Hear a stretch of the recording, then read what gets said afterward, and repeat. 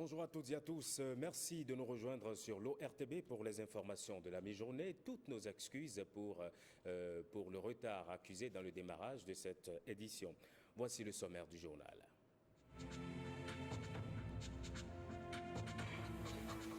Ponctuelles finances et gentilles finances sont illégales et interdites d'activité. C'est la sentence du juge du tribunal de première instance de Porto Novo. À suivre dans ce journal les détails de l'ordonnance.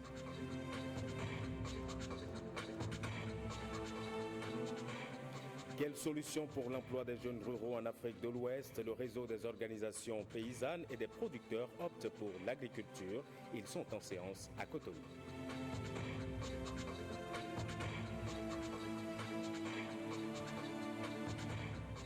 Et nous allons terminer ce journal à Porto Novo par le festival de Porto Novo qui a été une réussite. La mairie s'en félicite. Dans ce journal, retour sur les attraits culturels présentés au festival. À nouveau, bonjour et bienvenue à tous. Fin à l'Assemblée nationale des travaux de la deuxième session ordinaire de l'année en cours. Au total, 3 points ont meublé les travaux. On fait le point avec Guillaume Avienou. La deuxième session ordinaire de l'année 2016 est clôturée. Les travaux de la deuxième session ordinaire du Parlement, ouverte le 17 octobre dernier, s'achèvent. La session, qui a duré 3 mois, s'apprécie sur 3 plans. D'abord, sur le plan de la production législative, restée marquée par le vote de cette loi. Ensuite, sur le plan du contrôle de l'action gouvernementale, avec l'examen en plénière d'une question d'actualité relative à la non-prise en charge des usagers de l'hôpital de la mère et de l'enfant Lagune, et de cette question orale avec débat adressé au gouvernement. La période a enfin été aussi celle de la présentation des rapports d'activité du président de l'Assemblée nationale à la faveur de la première session ordinaire de l'institution. Cette deuxième session s'achève sans l'examen de certains dossiers cependant. Au nombre des dossiers qui n'ont pas pu être examinés figure la question d'actualité relative à la diminution du prix de transport de la tonne de coton, question posée par le député Bida Youssoufou, et 3 questions orales avec débat relatives à la location de groupes électrogènes, à la délimitation des unités administratives et à la gestion des logements sociaux et à l'évaluation du projet de construction des logements sociaux.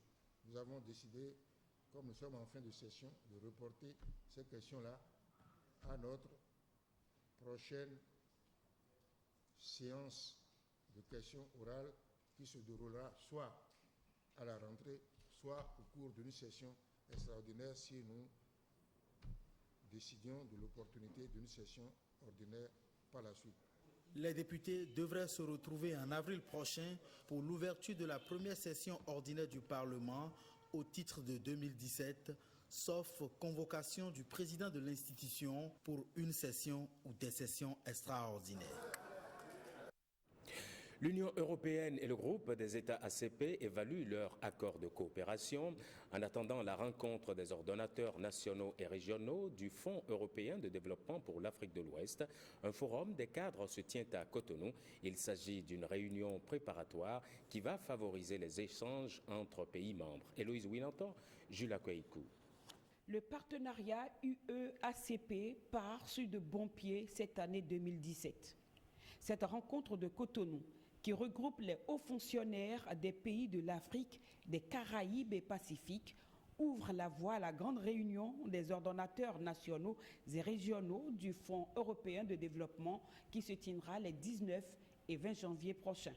La réunion des ordonnateurs du Fonds européen de développement ambitionne d'examiner les questions du financement du développement dans le cadre du 11e FED et d'en dégager les réflexions subséquentes à l'échéance de l'accord de Cotonou. Il faut donner une plus grande vitalité à notre partenariat avec l'Union européenne en tenant compte des nouvelles priorités et méthodes afin de lui donner un contenu plus pertinent et le rendre plus efficace. C'est la raison de nos travaux. Nous aurons également à aborder les éléments clés de la stratégie de développement du secteur privé dans le cadre du 11e FED et l'état de sa mise en œuvre. L'accord de coopération entre l'UE et les ACP a pris corps en 2010. 7 ans de mise en œuvre et un bilan satisfaisant selon le sous-secrétaire du groupe des États ACP. L'appui de l'Union européenne a notamment contribué à réduire sensiblement la pauvreté dans les pays membres. Cependant, d'autres paramètres intervenus ces dernières années imposent de nouveaux défis dont il va falloir tenir compte pour asseoir un groupe ACP plus ambitieux, plus durable et plus efficace. Le personnel du ministère du Travail, de la fonction publique et des affaires sociales s'imprègne du programme d'action du gouvernement. Il a fait sa première retraite à cet effet en vue d'arrimer son plan de travail annuel au PAG. La rencontre s'est déroulée au centre Sievra. Reportage. Ces responsables du ministère du Travail, de la fonction publique et des affaires sociales sont en phase avec le programme d'action du gouvernement. À travers cette retraite, ils affichent leur totale adhésion aux travaux dont l'objectif est de peaufiner le plan de travail annuel. La modernisation des principes et règles de gestion administrative, l'amélioration du mécanisme de réflexion prospective et le renforcement de la planification du développement, le renforcement du partenariat avec la société civile, la professionnalisation de la fonction de diplomate et la promotion de la paix en Afrique et dans le monde. Conscient des enjeux pour le renforcement de l'efficacité et de l'efficience de la prestation des services publics, les acteurs du ministère se disent prêts à relever les défis en cours. Au nom de tous vos collaborateurs que nous sommes ici réunis, je voudrais renouveler cet engagement dont j'ai juré qu'il ne fera pas défaut cette année. La priorité des priorités, c'est la mise en œuvre du PAG à travers une réforme en profondeur de l'organisation des concours d'entrée à la fonction publique, le démarrage et la mise en œuvre du projet phare ARCHE, qui est l'assistance pour le renforcement du capital humain. Ce plan de travail annuel est un document qui permettra de retracer toutes les activités que le ministère doit exécuter au cours de l'année 2017. L'ambassadeur du Japon près le Bénin a rendu visite au président de la Haute Autorité de l'Audiovisuel et de la Communication, HAC. Il a abordé plusieurs sujets avec Adam Bonitessi. Je vous propose de suivre ici le diplomate. C'est à sa sortie d'audience. Il est au micro de Aboubakr Bakari et de Igor Ayerson. L'ambassadeur du Japon et Adam Bonitessi ont abordé des sujets relatifs à la santé, à l'éducation et autres. Nous avons échangé des opinions sur la coopération entre les deux pays.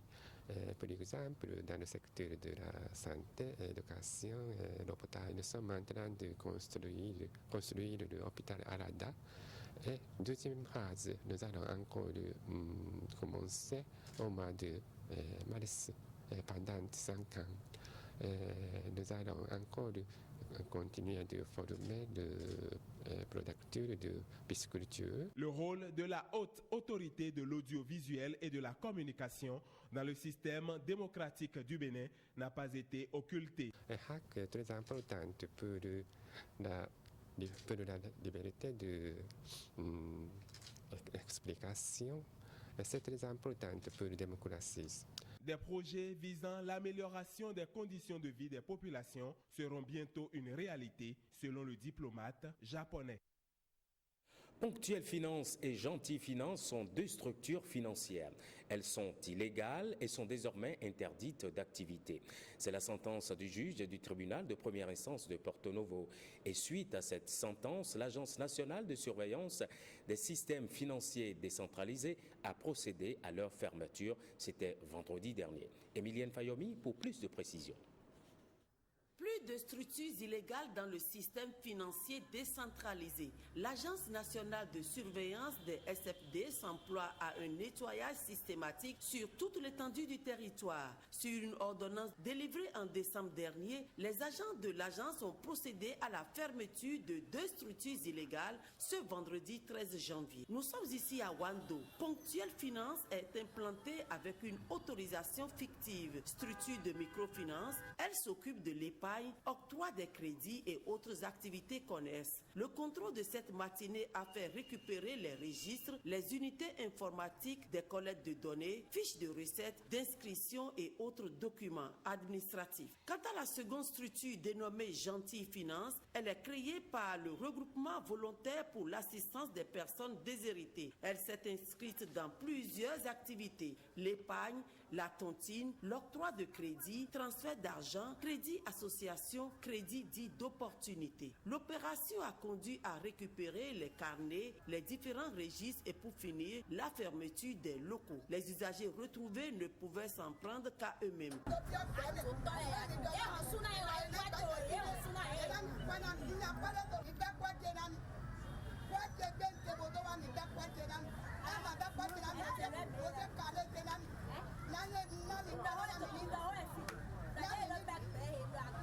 Force doit rester à la loi, signale l'Agence nationale de surveillance des systèmes financiers décentralisés.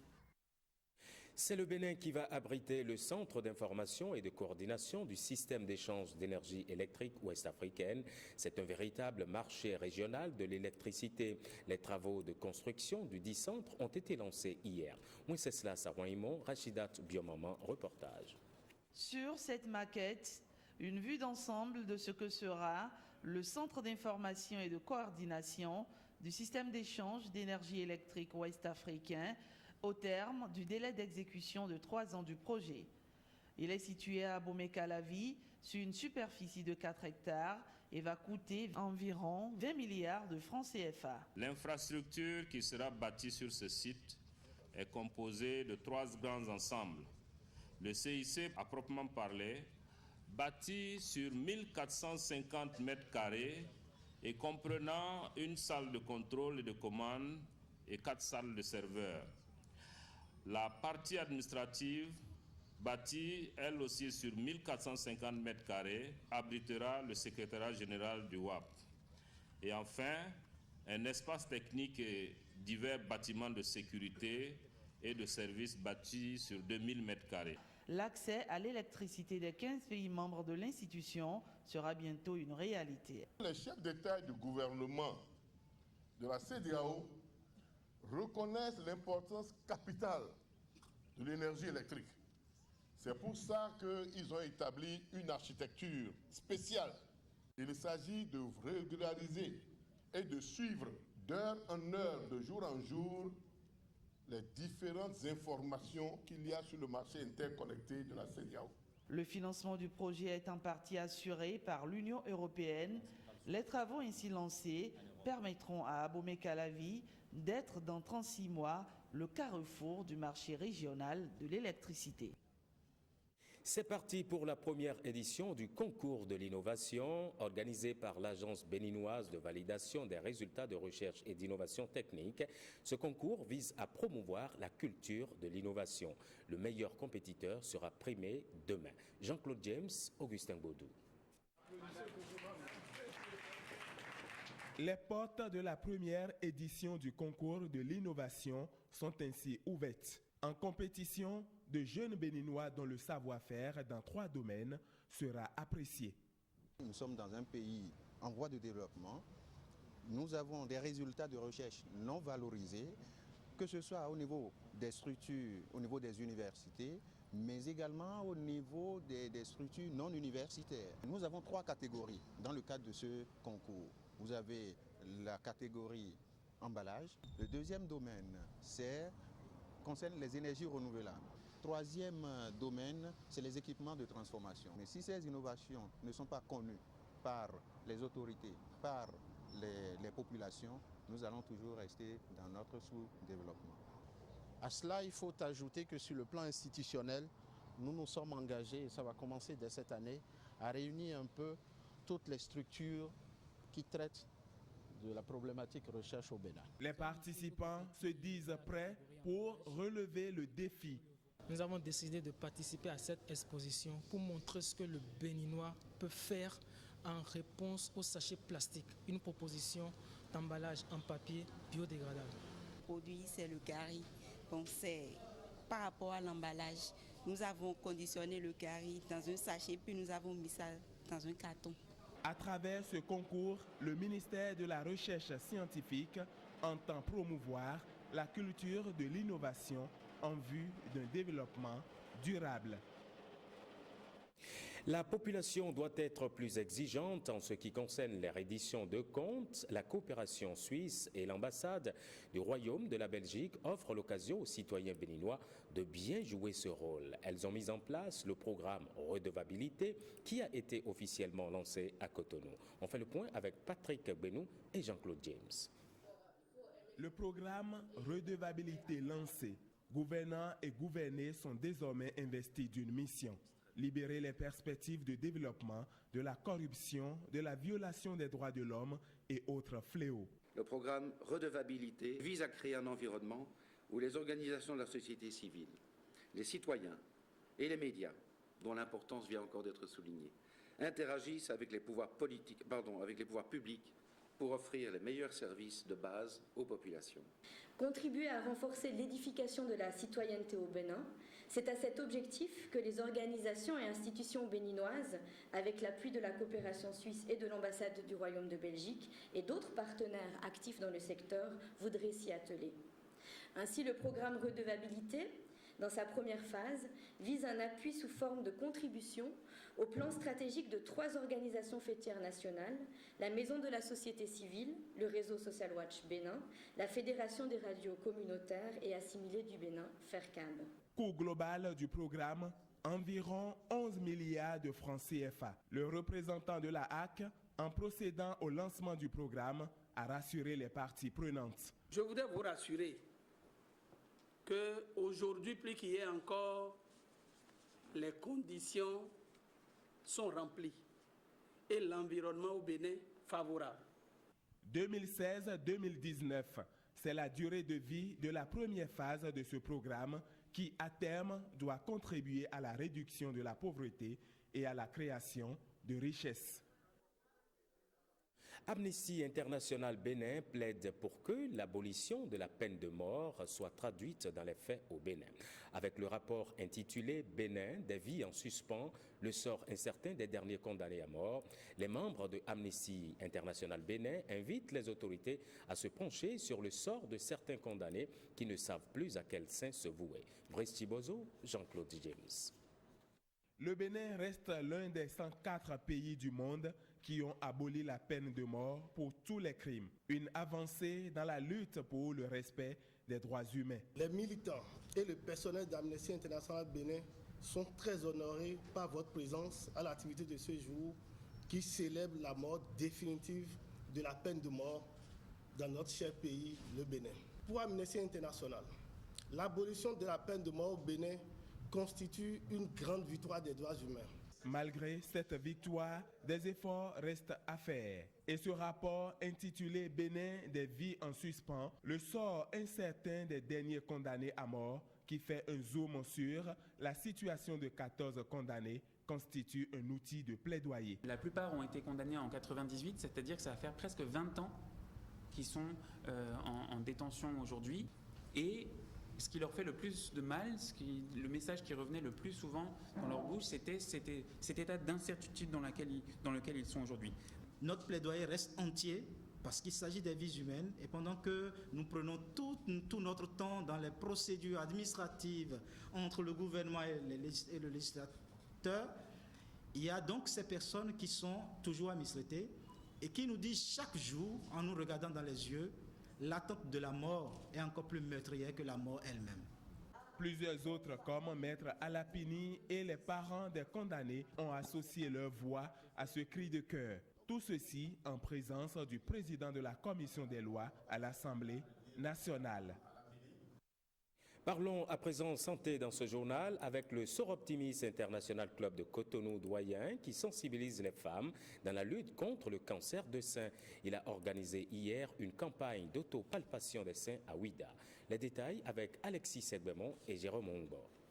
Tout ce qu'on vous demande, c'est de vous faire palper les seins pour que le diagnostic soit précoce et vous êtes sûr de passer le cap de la mort. C'est depuis 2002 que le Sort Optimiste International Club Cotonou Doyen organise la campagne de dépistage précoce du cancer du sein par autopalpation. Il s'agit d'une campagne de sensibilisation qui vise à montrer aux femmes l'importance du dépistage précoce.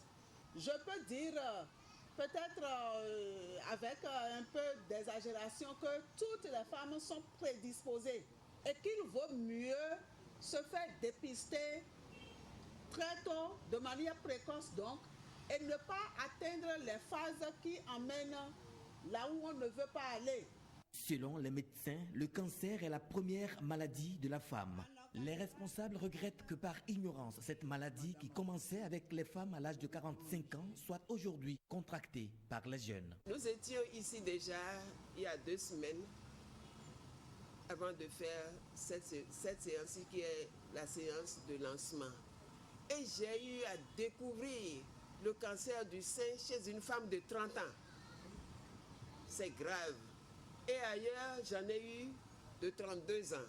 Désormais, toutes les femmes de 30 ans vont venir se faire palper les seins. Nous allons faire le programme avec elles pour qu'elles sachent qu'elles sont déjà en danger. La présente campagne d'autopalpation des seins va s'étendre aux communes de Kpomassé, Paou et dans tout le Bénin. Quelle solution pour l'emploi des jeunes ruraux en Afrique de l'Ouest? Le réseau des organisations paysannes et des producteurs ROPA opte pour l'agriculture. Les membres de ce réseau sont en séance à Cotonou depuis hier. Reportage Rachida Toubiomama. Comment intéresser les jeunes ruraux à l'agriculture? C'est la question fondamentale au cœur des échanges du réseau des organisations paysannes et producteurs de l'Afrique de l'Ouest, ROPA en abrégé. Il s'agit d'une rencontre internationale sur la problématique de l'agriculture et de l'emploi des jeunes ruraux pour contrer le chômage. Au niveau du ROPA, avec l'appui de ses partenaires, notamment AFDI, qui ne ménage aucun effort, nous avons décidé d'organiser des rencontres thématiques pour voir avec les jeunes quels sont les moyens et quelles sont les mesures qu'il faut mettre en place pour permettre à cette jeunesse-là de s'intégrer, de s'impliquer pour aller à l'agriculture. Nous avons des terres, nous avons des bras vallées, nous avons une jeunesse montante. Ils sont là et aujourd'hui qui n'ont pas d'emploi. Qu'est-ce qu'il faut faire? C'est là qu'ils ont décidé, effectivement, l'Europa a décidé d'agir sur les leviers de la jeunesse.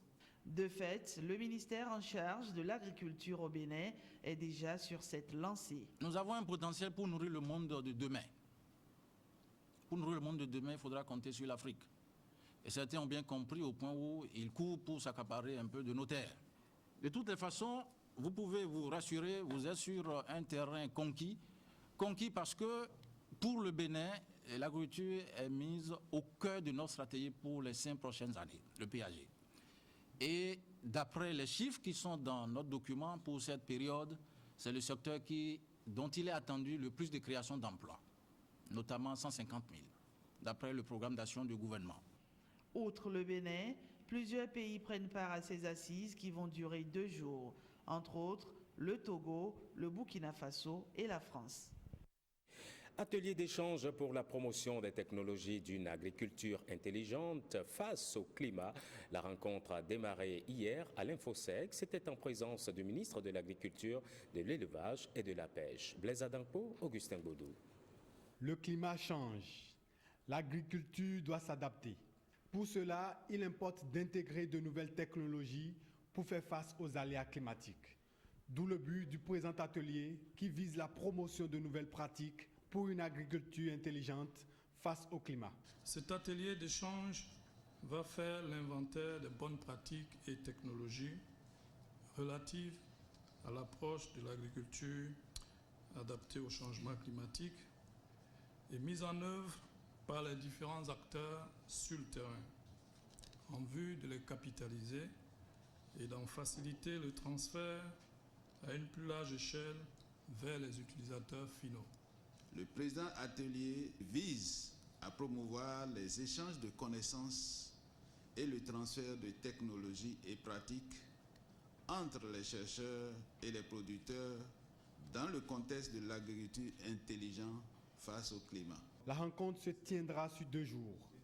Elle va aussi faciliter la transition vers une agriculture efficace face au climat. Et on termine ce journal avec le Festival international de Porto Novo qui a clôturé ses festivités ce week-end.